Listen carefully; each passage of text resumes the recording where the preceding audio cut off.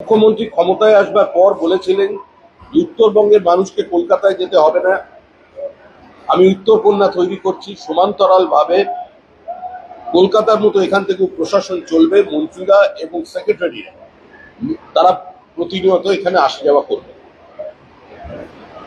উত্তরবঙ্গ উন্নয়নে budgetary allocation কত?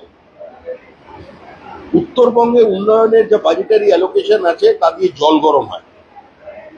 আজ পর্যন্ত উত্তরবঙ্গের জন্য রাজ্য সরকারের বাজেটে বরাদ্দ টাকার 40% একবার খরচা হয়েছে, 40%-এর কিছু বেশি, বাদ বাকি 22 থেকে 24% মধ্যে ঘোরাফেরা করছে। উত্তরবঙ্গের উন্নয়নের জন্য আলাদা করে মন্ত্রকের যে টাকা সেটাকে পর্যন্ত সাইফন অফ করে অন্য জায়গায় সরিয়ে নিয়ে যাওয়া হচ্ছে। এতদিন পর্যন্ত সমস্ত রাজনৈতিক দল উত্তরবঙ্গের বঞ্চনার কথা বলেছেন, পিছিয়ে পড়া উত্তরবঙ্গের কথা বলেছেন, উত্তরবঙ্গের শিল্পায়নের ওপর জোর দিতে চেয়েছেন। সে বামপন্থীদের সময় থেকে শুরু করে আজ তৃণমূল কংগ্রেস পর্যন্ত, কিন্তু বাস্তবে কোথায় দাঁড়িয়ে আছে উত্তরবঙ্গের বিরুদ্ধে একটা পরিকল্পিত ষড়যন্ত্র তৈরি হয়েছে, যার জন্য এই অঞ্চলের মানুষের মনের মধ্যে ক্ষোভ বাড়ছে। বিভিন্ন সময় কিছু মানুষ উত্তরবঙ্গে আলাদা রাজ্য তৈরি করবার দাবি করছে। এর কারণ কি? কারণ হচ্ছে তাদের পুঞ্জীভূত ক্ষোভ। সাম্প্রতিক তৃণমূল কংগ্রেস গত 6 বছর যাবত তারা পরিকল্পিতভাবে উত্তরবঙ্গের প্রকৃতির বিরুদ্ধে যুদ্ধ করছে। গাজলডোবা বন দপ্তরের জমিতে ফ্ল্যাট নির্মাণ, অবৈধ ফ্ল্যাট তৈরি হচ্ছে।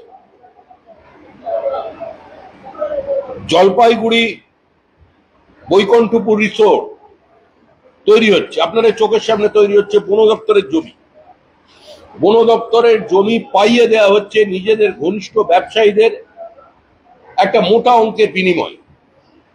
এতে কার্যত উত্তরবঙ্গের যে ইকোসিস্টেম আছে, ইকোলজিক্যাল ব্যালেন্স আছে, সেটা ধ্বংস হয়ে যাচ্ছে। এর মধ্যে উত্তরবঙ্গের বহু বিরল প্রজাতির মাছ হারিয়ে গেছে। সামগ্রিকভাবে আজকে জীবনের ওপর একটা চরম সংকট নেমে আসছে উত্তরবঙ্গের মানুষের। গুলমা চা বাগান, 4th ফ্লোর হোটেল, আপনারা প্রত্যেকের জানা কিভাবে তৈরি হলো। চা বাগানের জমিতে যারা চা বাগানের শ্রমিক আছেন তারা পাট্টা পাচ্ছেন না, আর টি ট্যুরিজমের নামে 15% জমি সেখান থেকে দিয়ে দেওয়া হচ্ছে। জমি ব্যাপকভাবে হস্তান্তর চলছে। কলকাতা থেকে লুটের টাকা এখানে পৌঁছচ্ছে, কলকাতা লুটের টাকা, পুরো রাজ্য সরকারের বিভিন্ন দপ্তরের লুটের টাকা পৌঁছচ্ছে ডুয়ার্সে।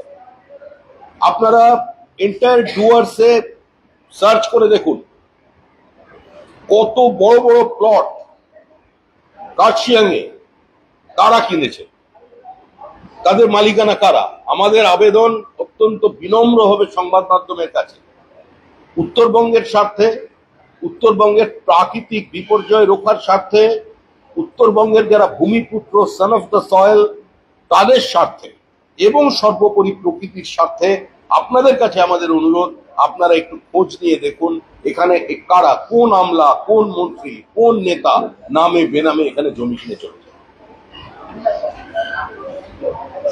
পানি ট্যাঙ্কির দোকানঘর সম্পূর্ণ একতরফা একচেটিয়া ভাবে দিয়ে দেওয়া হলো, এর বৈধতা কি আছে?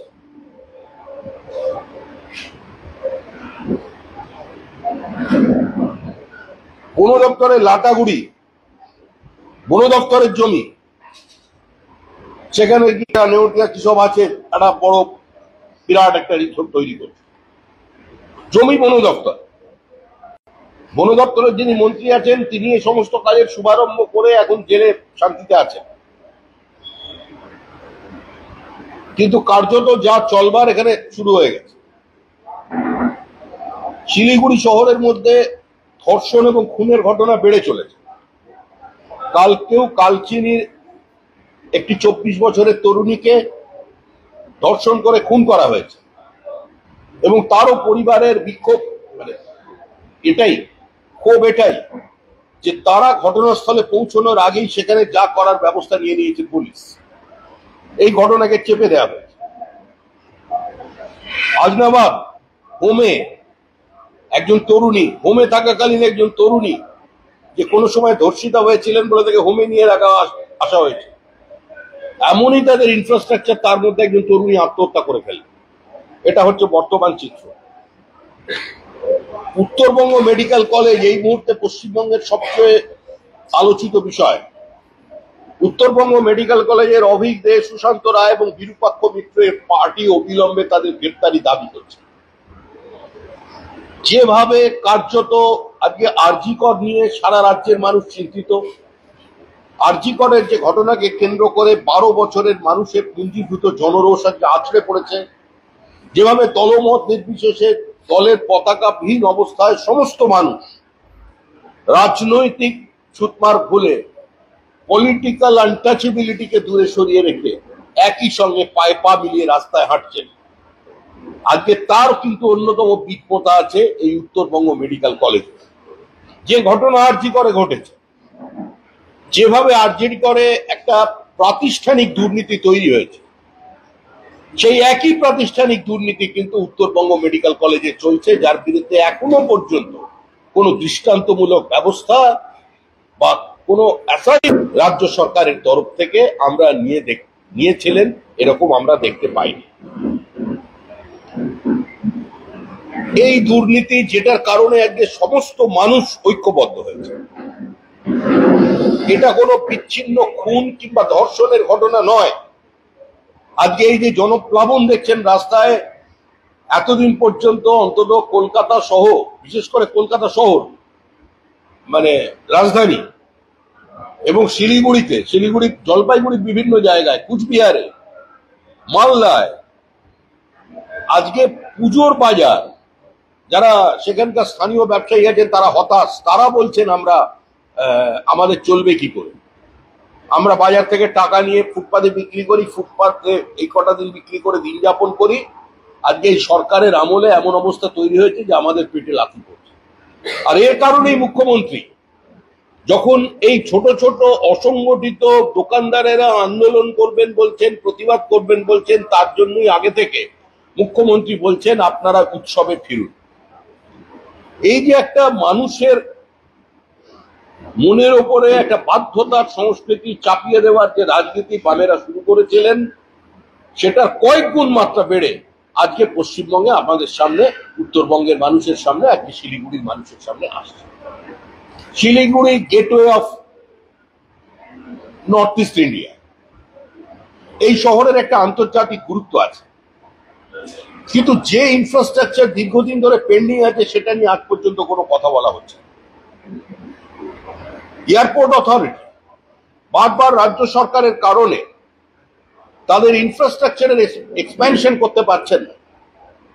গত চলতি অধিবেশনে মালদার এয়ারপোর্ট নিয়ে আমি প্রশ্ন করেছিলাম, উত্তরে জানাচ্ছেন 2016 সালে রাজ্য সরকার এয়ারপোর্ট অথরিটি অফ ইন্ডিয়ার সঙ্গে একটি চুক্তি স্বাক্ষরিত করে মৌ 30 বছরের জন্য এই এয়ারপোর্টের মালিকানা থাকবে, এয়ারপোর্টের সম্পূর্ণ দখল থাকবে রাজ্য সরকারের। এরপরে যখন উত্তরবঙ্গের মানুষের জন্য এয়ারপোর্ট অথরিটি এয়ার ট্যাক্সি চালানোর পরিকল্পনা করলো এবং তারপরে একটা ফান্ড রিলিজ করলো, তারা দেখতে পেল কার্যত 2016 সাল থেকে যারা 30 বছরের লিজ নিয়ে নিজেদের দায়িত্বে এক্সপ্যানশন করবেন, ডেভেলপমেন্ট করবেন বলেছিলেন, আজকে তারা কিছু করেনি। রানওয়ে তো ধারে কাছেই নেই, ফ্লাইট নামার কোনো ব্যবস্থা নেই, টাকা আবার ফেরত চলে গেল।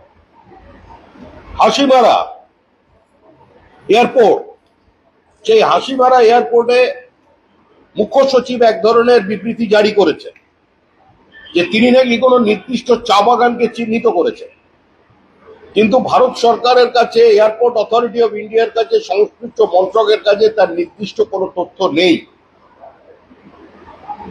কার্যত এভাবে আধুনিক পৃথিবীতে যখন গোটা পৃথিবীটা একটা হাতের মুঠোয় চলে এসছে, we are living in a global village, আজকে এই তথ্য প্রযুক্তির যুগে যদি যোগাযোগের ব্যবস্থা দ্রুত না করা যায়, যদি যোগাযোগের ডেভেলপমেন্ট না করা যায়, তাহলে শিল্পে স্বাভাবিকভাবেই পিছিয়ে থাকবে, নতুন করে কোনো ইনভেস্টমেন্ট এখানে হবে না। শিলিগুড়িতে অর্থের কোনো অভাব নেই, শিলিগুড়িতে ইনভেস্ট করার মতো প্রচুর মানুষের কাছে অর্থ আছে, কিন্তু দুর্ভাগ্যের বিষয়ে তারা এখন উত্তরবঙ্গে বিনিয়োগ না করে তারা বিনিয়োগ করতে চলে যাচ্ছেন ভিন রাজ্যে। এটা শুধু দক্ষিণবঙ্গের বিচ্ছিন্ন চিত্র নয়, উত্তরবঙ্গেরও যারা প্রতিষ্ঠিত অর্থবান মানুষজন আছেন, যে ধরনের ভেঞ্চার ক্যাপিটালিস্ট এখানে আছেন, যারা বিনিয়োগের সামর্থ্য রাখেন এবং ব্যবসা বাড়াতে পারেন, কর্মসংস্থান তৈরি করতে পারেন উত্তরবঙ্গে, তাদের কিন্তু এই মুহূর্তে উত্তরবঙ্গের প্রতি আগ্রহ নেই, এই সরকারের চূড়ান্ত ব্যর্থতার কারণে। গোটা উত্তরবঙ্গে এগ্রি এক্সপোর্ট জোনের কথা বলা হয়েছিল বামেদের আমল থেকে।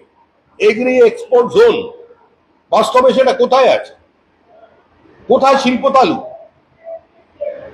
ইন্ডাস্ট্রিয়াল জোন তৈরি করবার বিভিন্ন সময় ঘোষণা, বিভিন্ন সময় উত্তরবঙ্গের মানুষের কর্মসংস্থান বৃদ্ধির জন্য নতুন নতুন কাজ তৈরি করবার মুখ্যমন্ত্রীর ঘোষণা, সেটা বাস্তবের স্থিতি কোথায়? শিলিগুড়ি জলপাইগুড়ি ডেভেলপমেন্ট অথরিটির কাওয়াখালীতে যে ফ্ল্যাট তৈরি হয়েছে, এসজেডিএ কাওয়াখালীতে যে ফ্ল্যাট তারা তৈরি করেছেন, সেই ফ্ল্যাট যারা তৈরি করেছেন তারা তৃণমূল তাদের পরিবারের মধ্যে ফ্ল্যাটের ব্যক্তিগত চেনাশোনার মধ্যে দিয়ে যথেচ্ছাচার চলেছে, সেই ফ্ল্যাটের ডিস্ট্রিবিউশন চলেছে, যে ফ্ল্যাট তৈরি হয়েছিল নিম্নবিত্ত নিম্ন মধ্যবিত্ত মানুষের জন্য।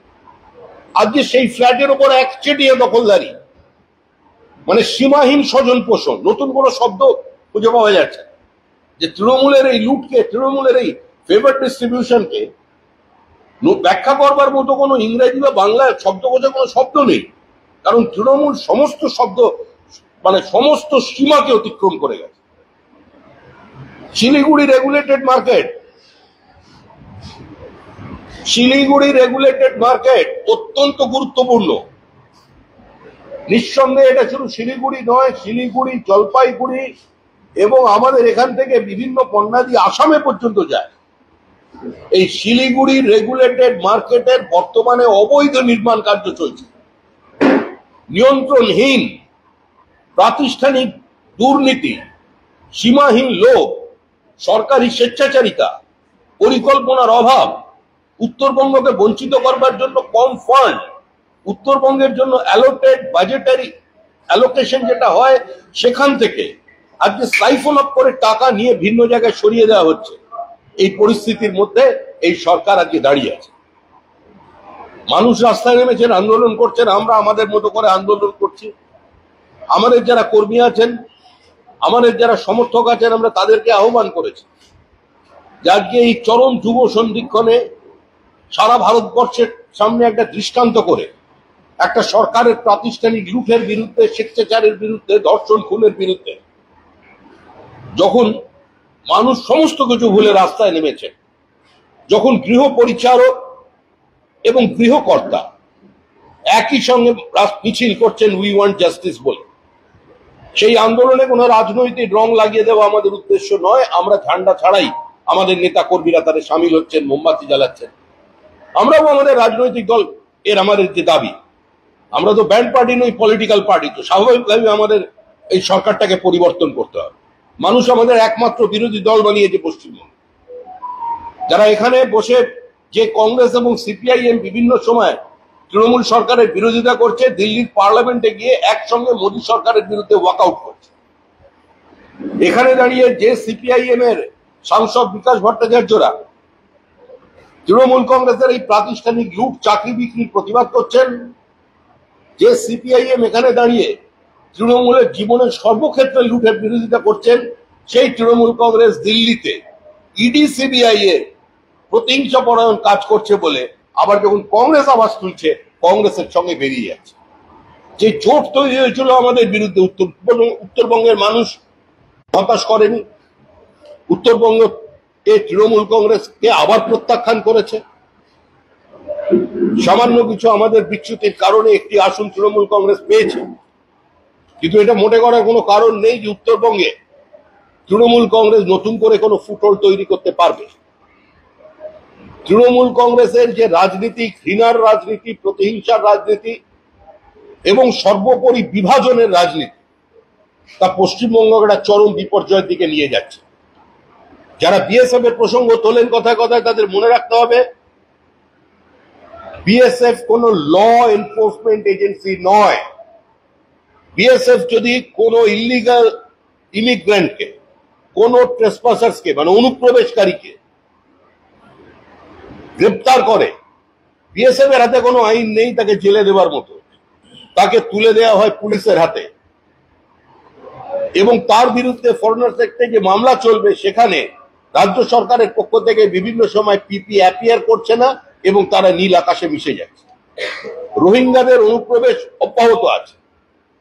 বারবার তৃণমূলের পক্ষ থেকে বলা হচ্ছে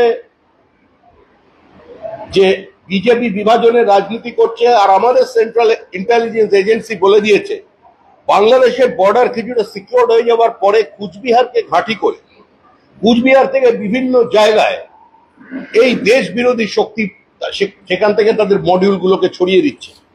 কোভিড কালের সংখ্যা আরো বেড়েছে, কোভিড কালের পরেও এখনো এটা অব্যাহত আছে। বিভিন্ন জায়গায় ভারত বিরোধী শক্তি প্রশ্রয় পাচ্ছে তৃণমূল কংগ্রেসের শুধুমাত্র ব্লক ভোটের রাজনীতির কারণে। বাংলাদেশে আজকে যে ধরনের অত্যাচার চলেছে, আমরা যারা এখানে আছি, আমরা ভারতের নাগরিক হয়ে বলছি, ওপার বাংলায় যারা ঘোষ, বোস, দত্ত, মিত্র, গোড়, ঠাকুরদার, ঢোল, পোদ্দার আছেন, ওপার বাংলায় যে রাজবংশী, মতুয়া, নমশূদ্র বা বর্ণ হিন্দুরা আছেন, যে জৈন, বৌদ্ধ, মারোয়াড়ি, কালওয়ার সম্প্রদায়ের মানুষজন আছেন, আজকে তারা আমাদের রক্ত, তারা আমাদের ভাই। কারণ তাদের পূর্বপুরুষ স্বাধীন পাকিস্তানের জন্য লড়াই করেনি, স্বাধীন ভারতবর্ষের জন্য লড়াই করেছে। মানসিকতার কোনো পরিবর্তন হয়নি কোন স্তরে। যে মানুষগুলো একদিন নালন্দা, তক্ষশিলা, বিক্রমশিলা বিশ্ববিদ্যালয় ভেঙে ফেলেছিল, বই জ্বালিয়ে রান্না করেছে, যারা সিটি অফ আলেকজান্ড্রিয়ার সবচেয়ে বড় লাইব্রেরিতে আগুন লাগিয়ে দিয়েছে, সেই একই মানসিকতা, সেই একই মৌলবাদী যে ইন্দিরা গান্ধী বাংলাদেশে জন্ম দিয়েছেন, তার নামে যে লাইব্রেরি আছে সেই লাইব্রেরিকে জ্বালিয়ে দিয়েছে। আজকে বাংলার প্রগতিশীল, বুদ্ধিজীবী, সিলেক্টিভ যারা প্রতিবাদী আছেন, তাদের মনে রাখতে হবে যে সুনীল গাঙ্গুলি, সেকুলার সুনীল গঙ্গোপাধ্যায় প্রয়াত, তার প্রতিভা, তার সৃষ্টি নিয়ে কারোর কোনো বক্তব্য নেই এবং থাকাটা অপরাধ। সেই সুনীল গঙ্গোপাধ্যায়ের বাড়িও কিন্তু দখল হয়ে গেছে। তার লাইব্রেরির মধ্যে দিয়ে ঢুকে সেটাকে চায়ের গোডাউন বানিয়ে ফেলেছে একজন বিএনপির নেতা। 51টা সতীপীঠের মধ্যে একটা সতীপীঠ ধ্বংস করা হয়েছে। প্রতাপাদিত্যের স্মৃতি বিজড়িত একটি মন্দির আক্রান্ত হয়েছেন, সম্পূর্ণ ভূমিসাৎ করে দেওয়া হয়েছে। এই যে ওপার বাংলায় অত্যাচার চলছে, এখানেও তারা আবার ঢুকছে। অনেকে আওয়ামী লীগের ছদ্মবেশে ঢুকছে। আমরা ভারত সরকারকে বলছি, আমরা প্রশাসনকে বলছি এবং সংবাদ মাধ্যমকে বলছি, সচেতন থাকবেন, সজাগ থাকবেন। কারণ শিলিগুড়ির টোপোগ্রাফিক্যালি অত্যন্ত একটা সিগনিফিকেন্ট শহর। এখানে ভবিষ্যতে যাতে কোনো নাশকতামূলক কাজ না তৈরি হয়, এখানের অদূরে চিকেন নেক, সেখানে পরিকল্পিতভাবে গ্রেটার বাংলাদেশ তৈরি করবার চক্রান্তের আঁচ যাতে না পড়ে, তার জন্য কিন্তু দলমত নির্বিশেষে বিজেপি সমস্ত মানুষের কাছে আহ্বান জানাচ্ছে। দেশ থাকলে, দেশের মাটি থাকলে, এই বহুত্ববাদের মাটি থাকলে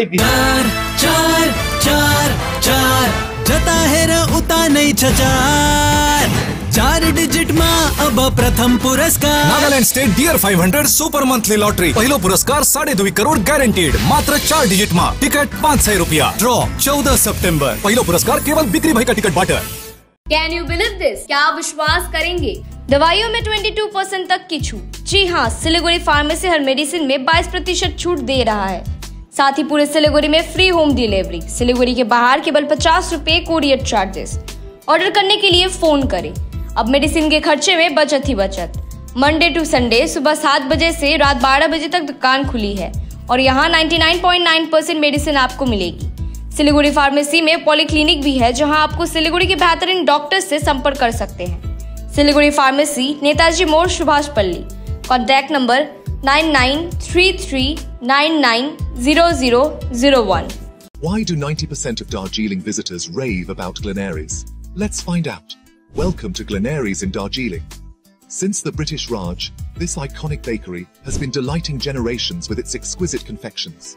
Imagine biting into a pastry that whispers tales of colonial elegance.